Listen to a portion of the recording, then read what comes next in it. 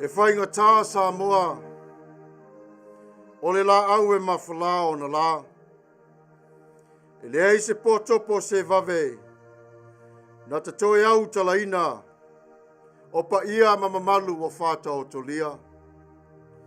Ai Omaia Tatou wo i le tua, wa o ia o iai le Paia mamamalu, o lo o fiufi ma teu teu wai oe Samoa. Na mea lea le atu nuu pele, o Maia, Tatou Tapua'i atu i le atua.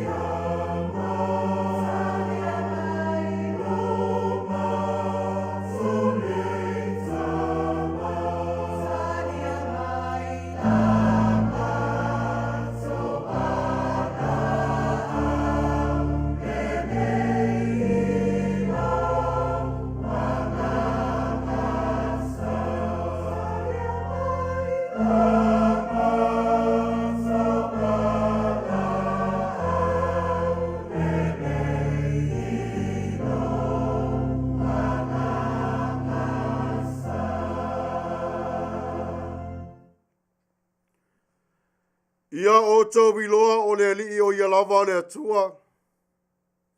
O ia na whaia i tātou. O whai tātou mona. O lona nuu i tātou. O le lafu maa moe ua ia whangaina. Te talo o le ngang pa ia. Le atua o le langi ma le naro langi. Ia vi ia la wa fio i le nei tai au fau. Wa malei fua mai o lau whanau. I whanunganga le leia la wa fiolo mātou tamā.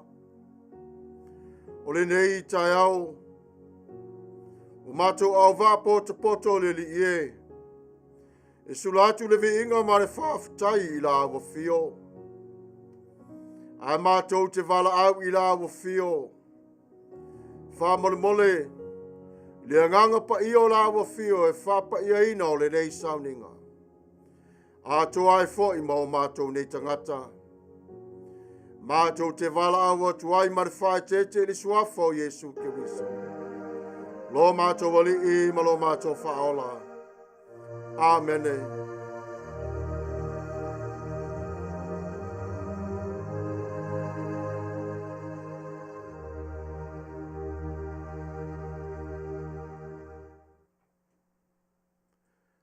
Tatou vivi i atu i le tua i le pese ua saunia.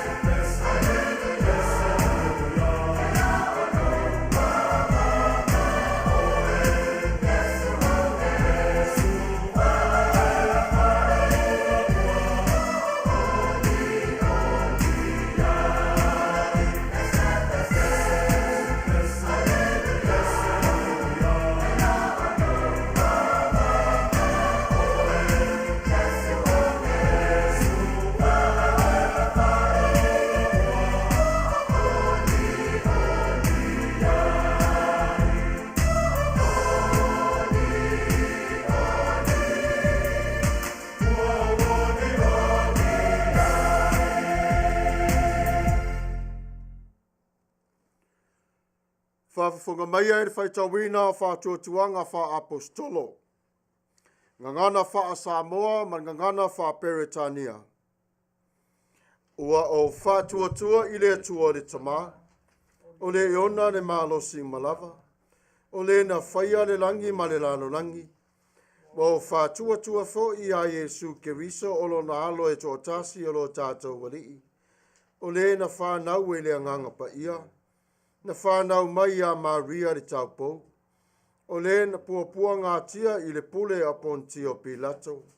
Sa wha sa taurina, sa maliu, sa tanumia, no o ifo i se oli. O le aso tolu na toe tū mai ai na ie uaoti. Na awhioa e le langi. O lo wanofo o ia i le tū tā matau o le atua le tamā. O le euna le marosi malava. O le atoea fio mai o ia e Faamasino i e ola atoa mai uoti. Ua o whaatuatua i le anganga Paia. Ua o whaatuatua i le e kāle sia Paia e a fiainu uma. I le mare mafutanga le au Paia. Ma le whaamangaloina o angasala. Ma le toi o la mai o le tino o le tangata. I le mare ola e whaavavau. Amene. United Church of Christ. Statement of faith in the form of a doxology. We believe in you, O God, eternal Spirit, God of our Savior Jesus Christ and our God. And to your deeds we testify.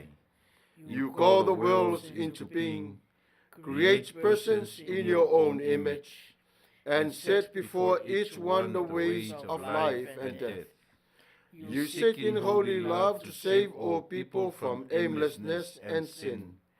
You judge people and nations by your righteous will declare through prophets and apostles.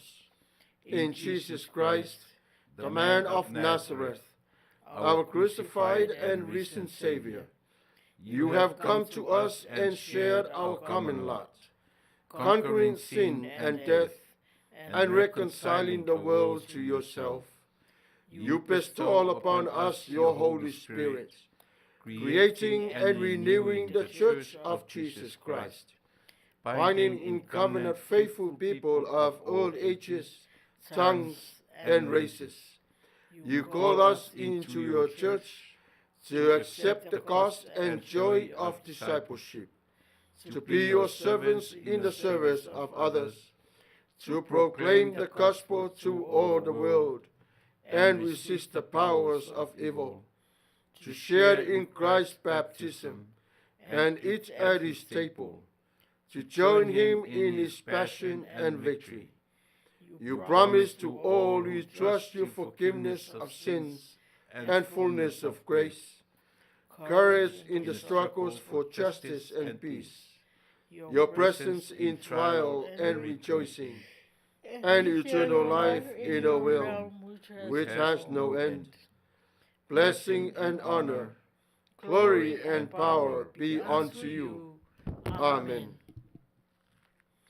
Tatou talo. O le atua lava oe o le amatanga sa i o atu le ngata anga. Na e whaia le langi ma le lalo langi lau matai sau. Na e whaia fo'i o le tangata e whaatusa i a te oe. Whawhitai i ngā luenga wa au. Malau upu mamana lo mātou ta Paia. E tonu i a te oe matatau i a te oe levi inga le tangata. A wā o le pale ali i leo au ngā luenga lo mātou ta mā. Na e whaia o le si o manga le li e. Ina ia o lai o le tangata. O le vainga fo i leo i le alofa mareanga le lei o lawa fio. E puna mai, tafe mai, i aso umalo matu ni ola. Mātou te whawhetai a lawa fio i le nei tai au. Uala whai mai i le Manuia. E ui lava alo mātou tamā na langona pe tino o le vai vai. Ai au mai lava e lawa fio o le malosi. ina ia mātou au lia ai o le nei tai au fau. O le nei aso mata ngofie. O e whaia lea mo i mātou malawa fio. Mātou te whawhitai ilo walofa tu noa. Le alofa whawai mai ai o le langi ma le lalo langi nei. Le alofa mātou te le tau o na mawaina.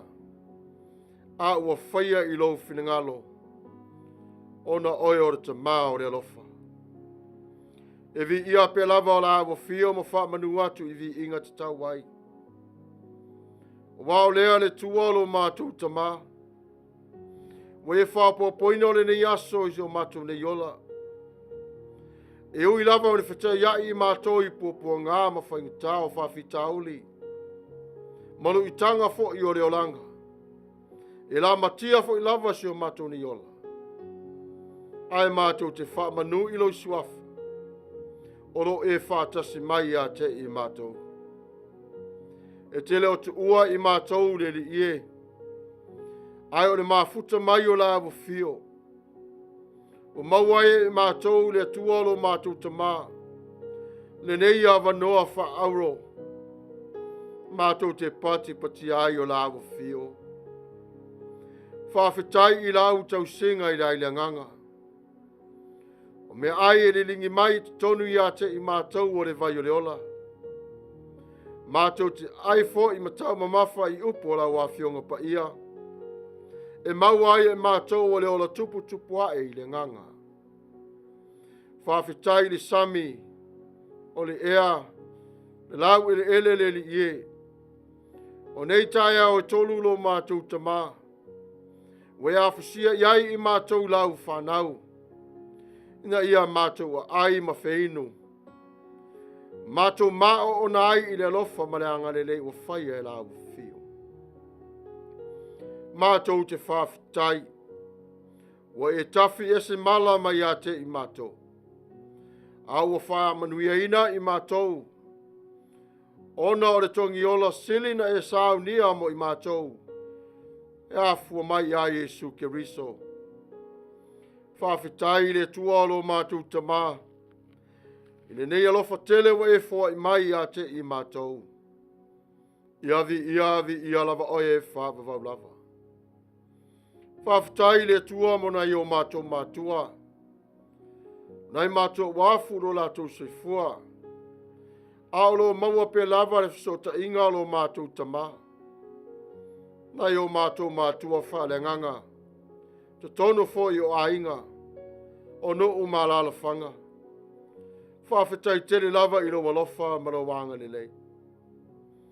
Mātou te wala au whawhitai tele lava i lawa fio.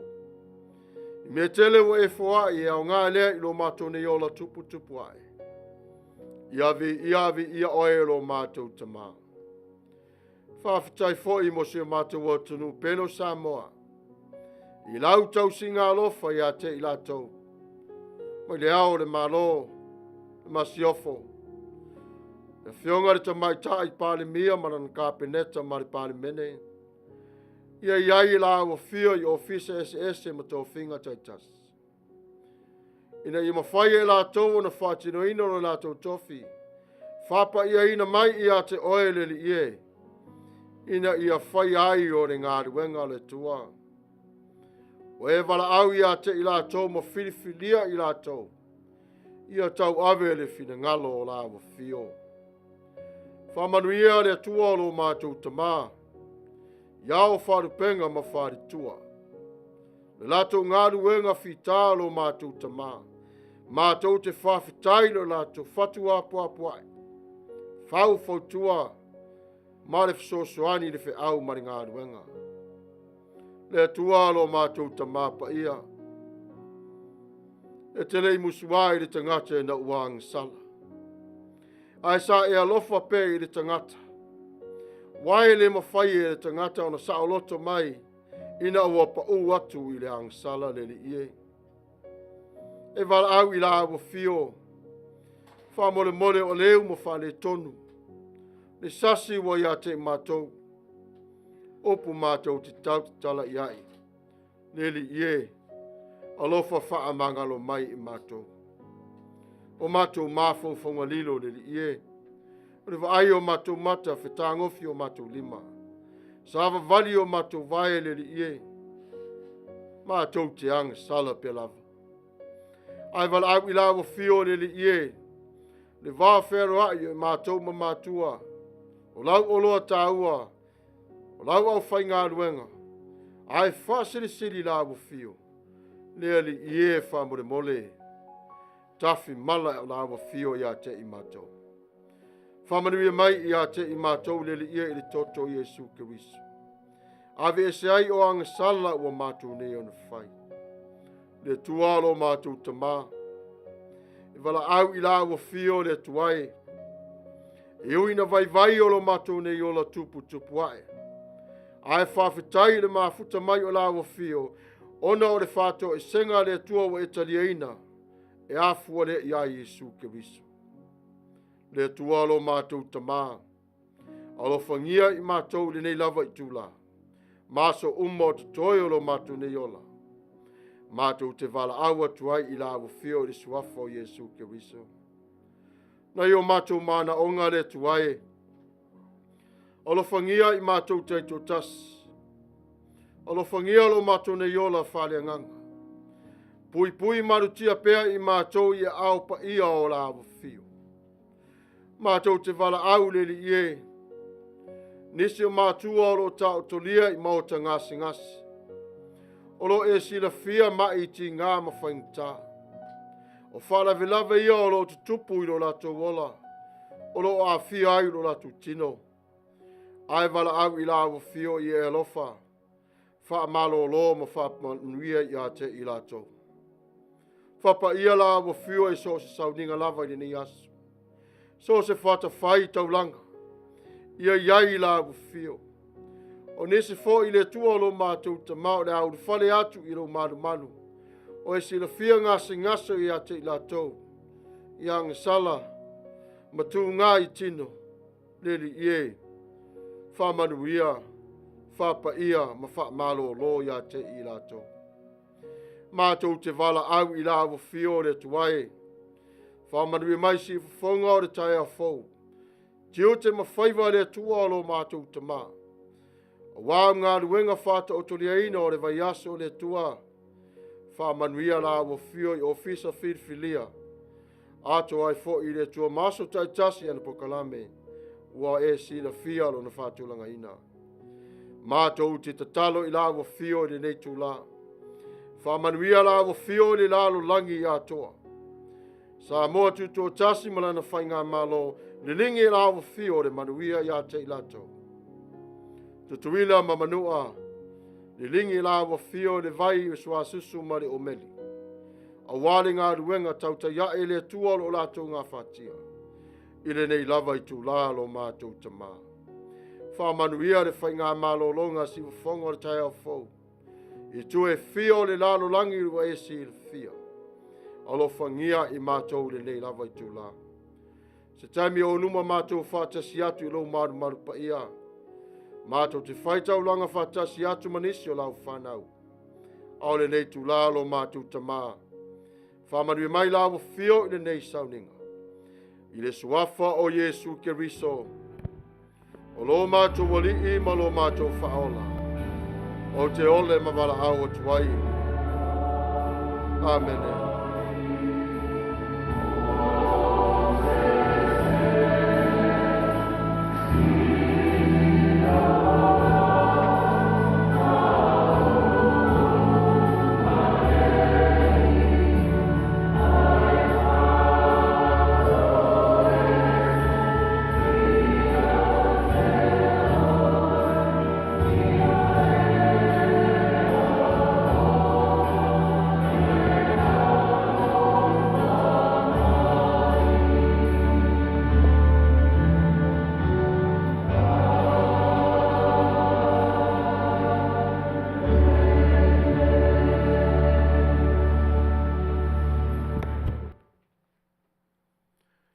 Tatou vivi atu i le tua i le pese o Sauniga.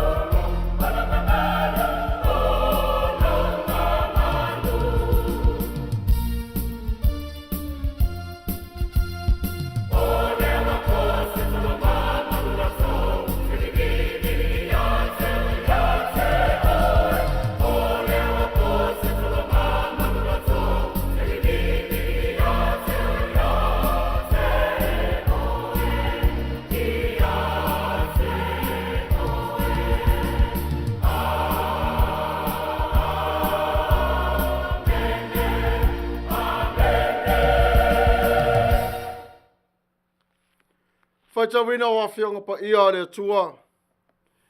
Ngangana Whaperitania, Ngangana Faasamoa. Reading of God's Word in English dialect and Samoan dialect. Our Bible reading for today will come to us from the New Revised Standard Version, from the Old Testament. The prophet Amos, chapter 1, and then also chapter 2. But we will skip to chapter 2. I'm only reading from the 3 to 5. Let us hear the word of God. Thus says the Lord, for 3 transgressions of Moab, and for 4, I will revoke the punishment, because he burned to lime the bones of the king of Edom. So I will send a fire on Moab, and it shall devour the strongholds of Kerioth, and Moab shall die amid uproar, amid shouting, and the sound of the trumpet. I will cut off the ruler from its midst, and will kill all its officials with him, says the Lord. Whaitawina o awhionga Paia le Atua Ngangana Whasamoa, mai whenga Tua'oi le profeta o Amosa, o la o whaitawina mai i le Mataupu lua, i le whai upu tolu i whangata mai i 5, whaafafonga Maia, i awhionga Paia a le Atua.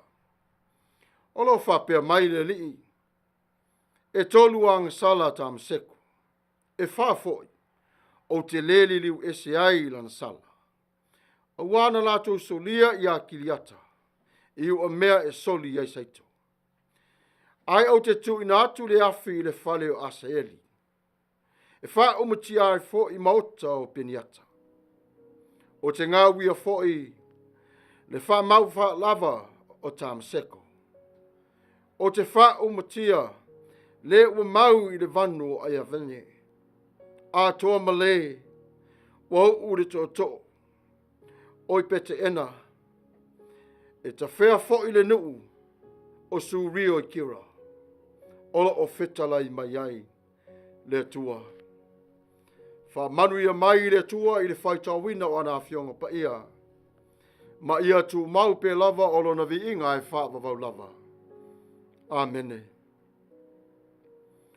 O le matua o le nei taiao e whapea. Faamasinoga i e Tua'oi. Faamasinoga i e Tua'oi.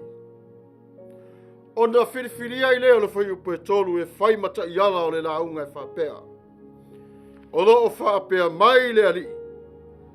E tolu ang sala Tamaseko. E whafoi. O te leli liu ese ai lana sala. O wana lato solia i a kiliata.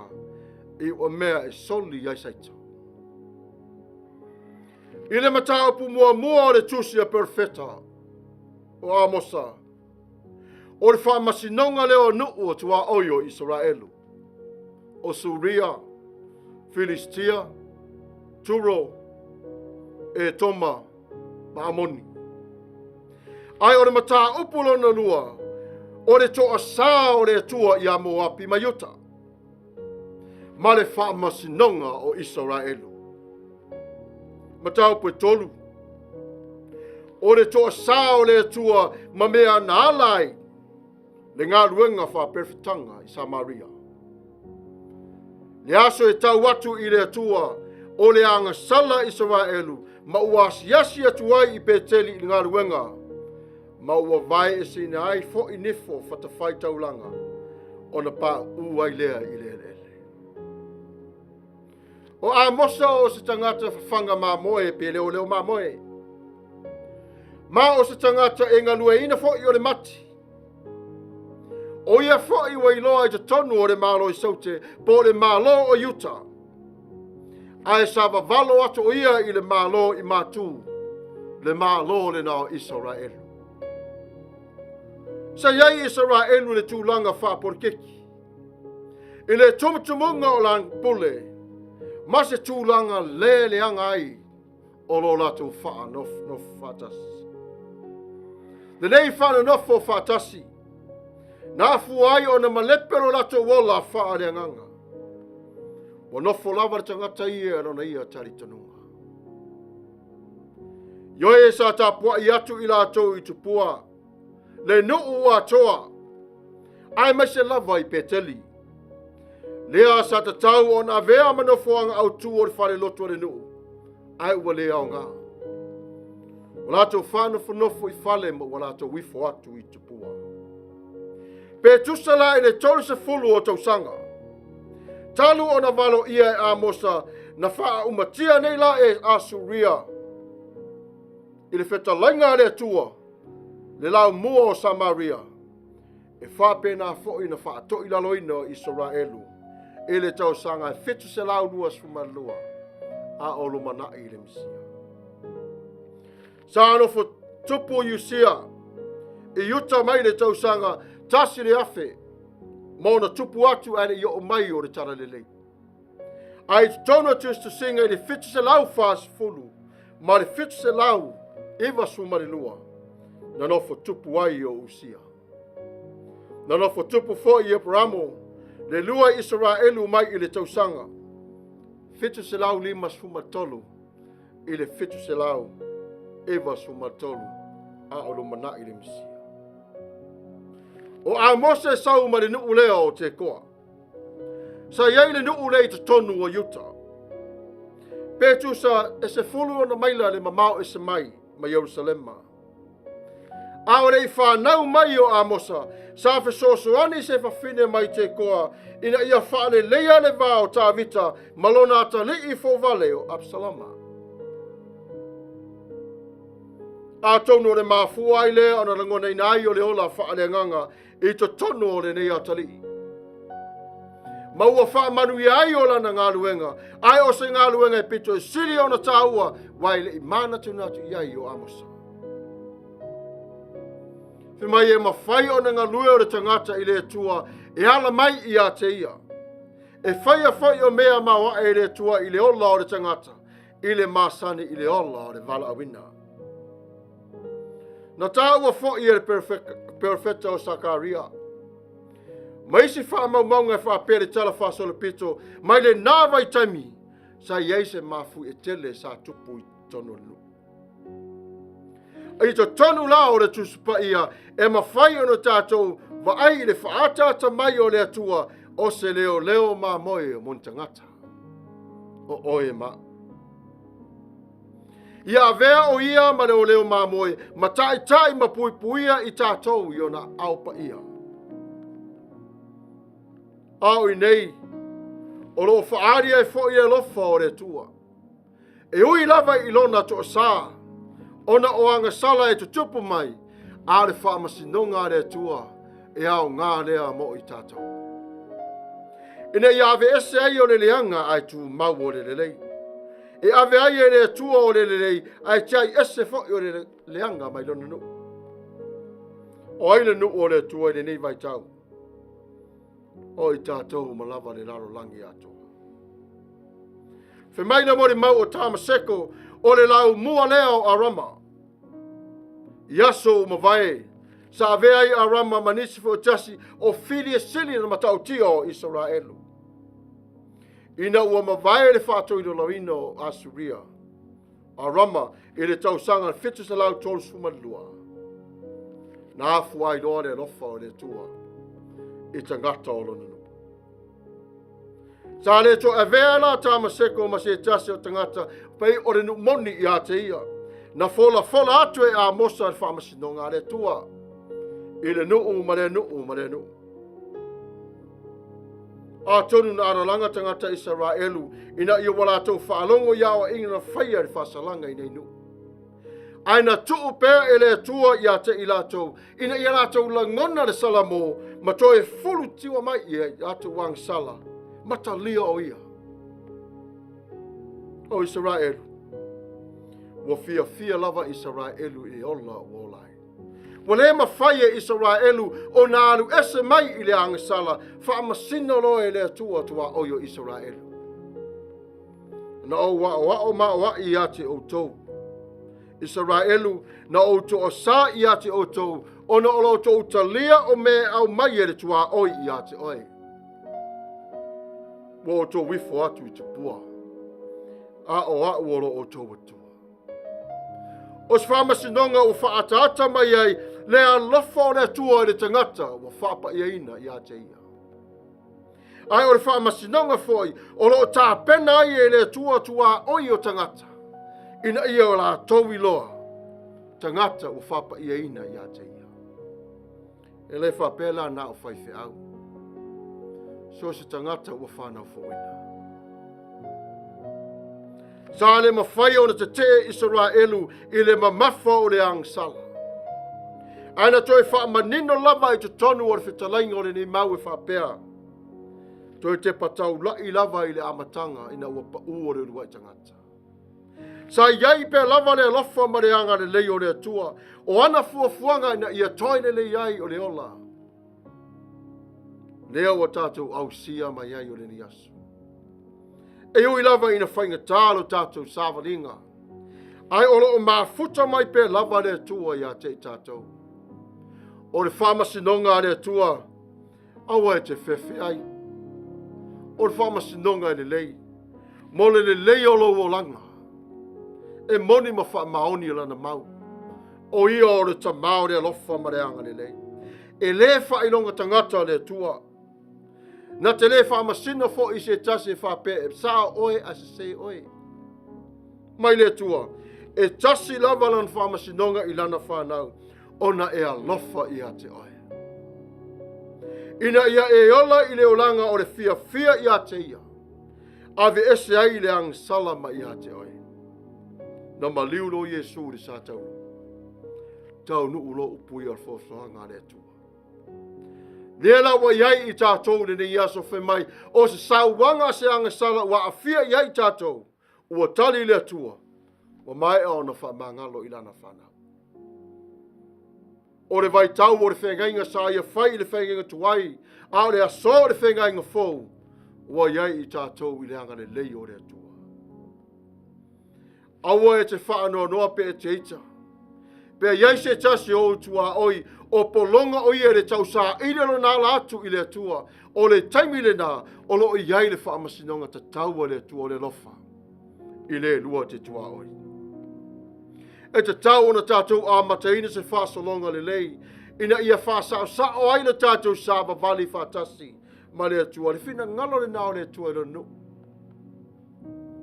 Tu ese mea ua lātou whaia i a te oe. Ai wai mai o tō loto i a te ia. E te tau na tātou a mataina o se tūlanga o le ola fōu. Wa o le aso o lo fōu pe lava me uma o lo o whaia e le whina ngalo o le atua. Ai ane ai. Wa mate lo tātou whaamoe. Ai le ai o le atua pe lava o lo fisoso wani i a te oe. Nā te tau ave o ti ngā. O lona whina ngalo ina ia e sila whiama e loa le leanga o le anga sala i lo wala. E manatu le tua whi mai upu nei. Na o whaia le tangata e whaatusa i hata. Le tua le nā. Le ala le nā e alofa i le tua i le tangata le pale li o ana ngā ruenga. Ua vai lua i ai. Lona i tu. E le tu ua fo i la oe le tua na oe. E pui le tua i o au tafa. Aia a mata i te tonu o tātou a inga. E pei o le maua Amosa. Ona tātou e te patau lai i le tua. Koe Israel eru ma lātou whanofo nofo i te tono whale. Ma whatangata nei wa lātou wifo i ai. Le ase mea o a fiai lo wola i le nei lava aso. Po le nei tu la. A e ole atu i le tua. Ma lo loto atua.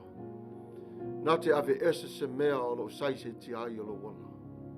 O le atua o le alofa ma le anga le lei. E Manuia le tangata i lana Faamasinoga. E alofa le atua i ate oe. Se fafonga o le tai au fōma Samoa. Judgment on the neighbors. Amos was a shepherd He was a very well-known man in his task. But he prophesied in the northern kingdom, that's Israel, as well as the southern kingdom is Judah. God's judgment, it was the neighbors for Israel to see the will of God in their lives. Perhaps Israel have no clue. They rejected God and followed the teaching of their neighbors. It sounds plural, it sounds bad, it looks really terrible, but it's the judgment of love. God is trying to save his little country that in the middle of the desert, saved by grace, to let them know that he is God. What you bring into the land of the promise, I promise to you, that is not what God's will for them. God gave them blessings to live on this land. But perhaps they follow the teachings of others, and therefore they fall into deep sin in their lives. Just like from the beginning, the fall of man, God created man for his image, and then all of a sudden, man turned around against God. God can work through our problems and our issues in our lives if we surrender our lives to him and allow him to work through our spiritual lives and our humanity lives. His God is full of mercy, but his judgment is not to condemn you, but to love you. He just wants to be a father to you. He just wants to be a God to you. He just wants to let you know that I am your shepherd. You are my sheep. I'm helping you. I'm feeding you, giving you water. Jesus died on the cross, erased all our old lives, put their life to death, and resurrected our new lives. So here we are today. May we continue to go forward and praise him and say, Lord, I'm surrendered to your teachings, to your word. Make that decision as much as you can. But the love of God continue to shelter us because we are the people of God. We are his people for life. Sin can be taken away now if we surrender to God. No sinful practice can become in our lives that God cannot do anything to it. Ignore those sins by giving to God whatever you struggle with. In Jesus' mighty name, amen. May God himself, the God of peace, sanctify you through and through. May your whole body, soul, and spirit be kept blameless at the coming of our Lord Jesus Christ. The one who calls you, and Samoa, is faithful, and he will do it. May God bless you all. In Jesus' name, amen.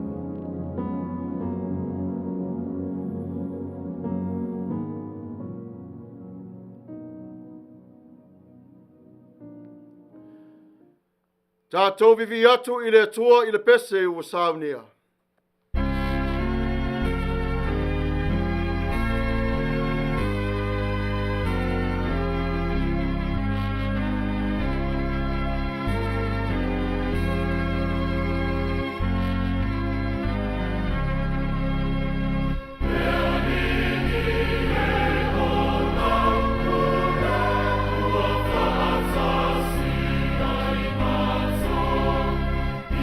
Go,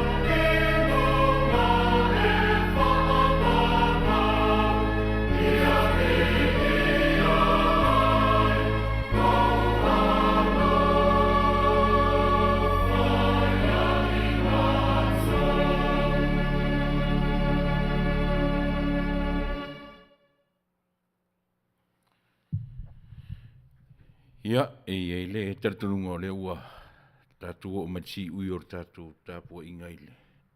Le tua le nei taiao. O le Tapua'i e tapena i lana ngā ruenga wha vaiaso. Vaiasa ia e afu atu le so taiao. Ia se ia o le fo i le sa i le aso vaiaso mua mua. Mo te le atu langa whaftai lau sunga i whaifeau. Pastor Samuelu, ia ona o le tapena ina o le upu o le atua, i le nei tae au, whafunga anga Samoa, ma i latu uma sa mwhai un tatu tāpua i whaatasi, i le nei lava tae au fau. Vi ia le alofa malanga le lei o le tatu matai, whai ei on tei mailo sui fua, ia ma mwhai ona au ngofielo wanganga i tāpua i whaatasi ma i mātou.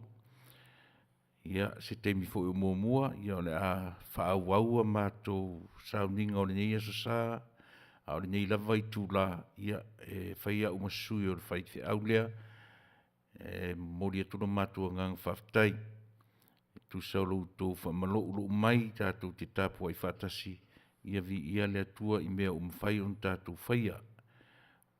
Tai awa ena, mane nā fui vai aso, tātou wheloa i ne au nanga masani, ale si ufafonga o le tai au fou, o le mea whai ngā ruenga, ale si ufafonga o le tai au fou e whakasai UCC.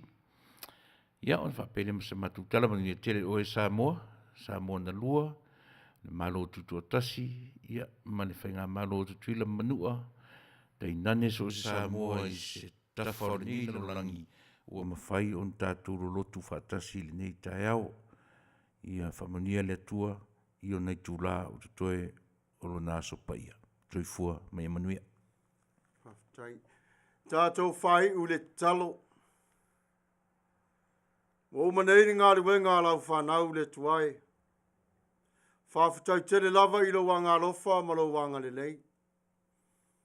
O le atai tō tasi ma tāpe ape le li e. Alofa ngi ala tere vave. Whamanuia fo i malolonga lau whanau iso se tafo le lalolangi. Vi ia oe whawavau lava. Tu maupe lava le vi ingo la awa fio ia te i mato. I le suafo o Jesu ke visolo mato wari whaola. Amene.